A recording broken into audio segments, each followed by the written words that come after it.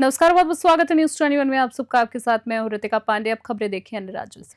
जनजातीय समाज के महान समाज सुधारक बाबा कार्तिक उरांव की जयंती को इस वर्ष जन शताब्दी वर्ष के रूप में मनाया जा रहा है। इस अवसर पर मुख्यमंत्री विष्णुदेव साय ने आज बाबा कार्तिक उरांव चौक का भूमि पूजन किया है। कार्यक्रम में कृषि मंत्री रामविचार नेताम, विधायक महापौर मंजुषा भगत सहित बड़ी संख्या में आदिवासी समाज के लोग उपस्थित रहे हैं। मुख्यमंत्री ने पारंपरिक आदिवासी विधि विधान से पूजा अर्चना की और चौक निर्माण का शिलान्यास किया है।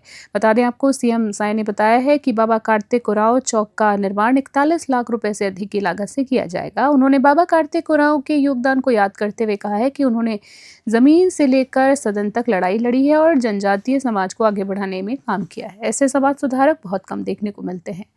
अंबिकापुर से मनोज की रिपोर्ट। आपके माध्यम से आपके पूरे चैनल के सभी श्रोताओं को मैं बाबा कार्तिक उरांव जी के जन्म शताब्दी समारोह की बहुत बहुत बधाई, शुभकामनाएं देता हूं। आज बाबा कार्तिक उरांव जी का जन्म शताब्दी का यह एक भव्य कार्यक्रम रहा अंबिकापुर में। इस अवसर पर अंबिकापुर में पूरे संभाग स्तर का एक बहुत बड़ा कार्यक्रम रखा गया था, जिसमें 15,000 से अधिक जनजाति समाज पीजी कॉलेज मैदान से जुट करके और एक बहुत बड़े महारैली के माध्यम से सभा स्थल पर पहुंचकर माननीय मुख्यमंत्री जी की गरिमामय उपस्थिति में उनके नाम के छत्तीसगढ़ में पहले चौक का भूमि पूजन माननीय मुख्यमंत्री जी के कर कमलों से हुआ। आज के इस कार्यक्रम में माननीय रामविचार नेताम जी, माननीय सांसद, हमारे माननीय विधायकगण और सभी जनप्रतिनिधि, सभी समाज के प्रमुख और 15,000 से अधिक जनजाति समाज की गरिमामय उपस्थिति में आज का यह कार्यक्रम हुआ। बाबा कार्तिक उरांव जी जो जनजाति समाज के महान समाज सुधारक, महान चिंतक हुए और जनजाति हितों के लिए उन्होंने बहुत लंबा काम किया। उनके दिखाए मार्ग पर आज भी पूरा जनजाति समाज चल रहा है। उन्होंने जब अपने नौकरी का त्याग करके राजनीति को उन्होंने सेवा का माध्यम चुना, तो संसद में पहुंच करके उन्होंने 1967 में एक महत्वपूर्ण विषय को देश के अंदर में उन्होंने रखा था कि आज़ादी के 17 साल उस समय 1967 में जो व्यक्ति धर्मांतरित होकर और जो जनजाति समाज का व्यक्ति अपने रीति रिवाज, परंपरा, मान गुण, देवी देवता आदि को छोड़कर ईसाई या मुसलमान बनता है, ऐसे व्यक्ति धर्मांतरित होकर के भी अनुसूचित जनजाति का पूरा लाभ उठाते हैं, दोहरा लाभ उठाते हैं। एसटी का और अल्पसंख्यक का, ऐसे लोगों को डिलिस्टिंग किया जाना चाहिए, ऐसे लोगों को अनुसूचित जनजाति की सूची से बाहर किया जाना चाहिए। तो सांसदों का, लोकसभा और राज्यसभा के सांसदों का उनको समर्थन रहा, मगर उस समय डिलिस्टिंग कानून पास नहीं हो पाया। लेकिन आज भी उनके दिखाए मार्ग पर देश का जनजाति समाज चल रहा है और यह सबसे बड़ा जन आंदोलन, सबसे बड़ा जनजाति समाज का आंदोलन आज बन चुका है। ऐसे महापुरुष के जन्म शताब्दी वर्ष पर अंबिकापुर में आज बहुत बड़ा उत्सव मनाया गया है। आज जनजाति समाज के गौरव बाबा कार्तिक उरांव जी की जयंती है और जन्म शताब्दी वर्ष है।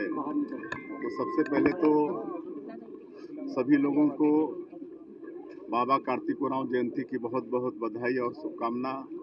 और आज सौभाग्य का विषय है कि अंबिकापुर नगर निगम के अंतर्गत आज इस चौक का नामकरण बाबा कार्तिक उरांव के नाम से किया गया और आने वाले समय उनकी एक प्रतिमा यहाँ पर स्थापित होगी, जिसका भूमि पूजन कार्यक्रम आज संपन्न हुआ है। संगठन के वरिष्ठों सबकी उपस्थिति में आज भूमि पूजन का कार्यक्रम संपन्न हुआ है और प्रतिमा स्थापना के लिए 41 लाख रुपए की घोषणा भी हुई है। आगे चल के उनकी सुंदर प्रतिमा यहाँ पर स्थापित होगी। देखिए, बाबा कार्तिक उरांव जी का जयंती है, तो आप सभी को तो बहुत बहुत शुभकामनाएं देती हूँ क्योंकि आप भी आदिवासी हैं। और आज पूरे बाबा कार्तिक उरांव हमारे जनजाति आदिवासियों के लिए जो सदन से लेकर सड़क के लिए उतर के काम किए, उसी को सांकेतिक रूप से यहाँ जो भूमि पूजन हमारे यशस्वी मुख्यमंत्री जी ने किए हैं और उनकी राशि भी घोषित कर दिए हैं, ताकि स्वीकृत भी हो गया है।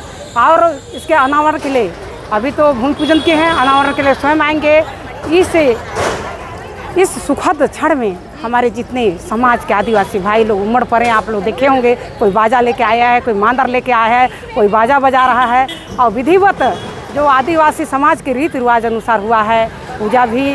तो उनका कहना है पूर्वजों का कि कार्तिक बाबा उस समय के आदिवासियों के नाम से बहुत पढ़े लिखे थे, इतिहास में भी लिखा है, तो उनका अनुकरणीय है, तो उनको कहीं ना कहीं जगह मिलना चाहिए।